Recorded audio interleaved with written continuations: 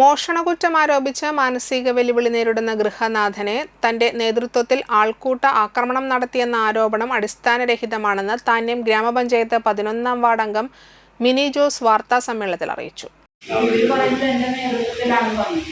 ഞാൻ ഇവരെ സഹായിക്കാൻ മാത്രമാണ് പലതവണ ഹോസ്പിറ്റലിൽ കൊണ്ടുവന്നാക്കാൻ ഇത്ര പ്രശ്നങ്ങൾ ഉണ്ടാക്കിയത് ഈ കാത് കരുതി പൊളിച്ചന്ന് ആ പിറ്റേ ദിവസം അവർ നമ്മുടെ അടുത്ത് അവർ ജനപ്രതിനിധിയുടെ പരാതി പറയാൻ അവർ വരുമല്ലോ. ആ കുട്ടികൾ 2 പേര് വന്നിട്ടുണ്ട്.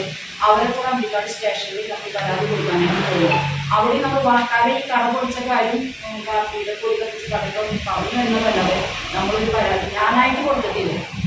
ആ 2 പിള്ളേരും അമ്പലക്കാരും പരാതി കൊടുക്കുന്നു. 3 പരാതി ഇപ്പോൾ അവരെ അമ്പിക്കാട് പോലീസ് സ്റ്റേഷനിലില്ല.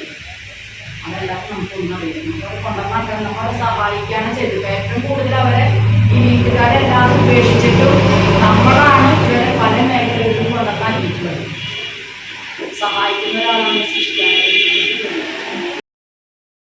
ചെമ്മപ്പള്ളി അജയൻ തന്റെ ഭർത്താവിന്റെ കട കുത്തി തുറന്ന് നാശം വരുത്തിയിരുന്നു. കാറുകൾ തല്ലിപ്പൊളിച്ചിട്ടുണ്ട്. ഇദ്ദേഹം മാനസിക വിഭ്രാന്തി പ്രകടിപ്പിച്ചപ്പോൾ വാർഡംഗമെന്ന നിലയിൽ ചികിത്സയ്ക്കായി മാനസിക രോഗാശുപത്രിയിൽ കൊണ്ടുപോയി സഹായിച്ചത് താനാണെന്നും ഗ്രാമസഭയിൽ വരെ ഇയാൾക്കെതിരെ പ്രതിഷേധമുണ്ടായിരുന്നുവെന്നും മിനി ജോസ് പറഞ്ഞു. ഇദ്ദേഹം ആക്രമണം നടത്തിയപ്പോൾ ഉപദേശിച്ച് വീട്ടിൽ കൊണ്ടാക്കുക മാത്രമാണ് ചെയ്തത്.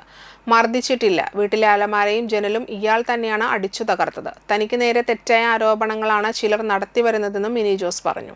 പഞ്ചായത്ത് തെരഞ്ഞെടുപ്പിൽ വിജയിച്ചതോടെ രാഷ്ട്രീയപരമായി പഞ്ചായത്ത് അംഗത്തെ നിരന്തരം വേട്ടയാടുകയാണെന്ന് കോൺഗ്രസ് താന്യം മണ്ഡലം president Anto Thorayan, DCC general secretary NS Ayub എന്നിവർ പറഞ്ഞു. ആൾക്കൂട്ട ആക്രമണം നടത്തിയെന്ന ആരോപണം അടിസ്ഥാനരഹിതമാണെന്നും ഇവർ പറഞ്ഞു. കോൺഗ്രസ് പതാക മാത്രം ഇയാൾ നശിപ്പിച്ചു വരികയാണെന്നും ഇവർ പറഞ്ഞു. അജയന് നേരെ ഒരാക്രമണം ഉണ്ടായിട്ടില്ലെന്ന് സഹോദരന്റെ മകൾ റീജ ചന്ദ്രനും പറഞ്ഞു. കോൺഗ്രസ് ബൂത്ത് പ്രസിഡന്റ് അനിൽ ചക്കാണ്ടിയും വാർത്താ സമ്മേളനത്തിൽ പങ്കെടുത്തു.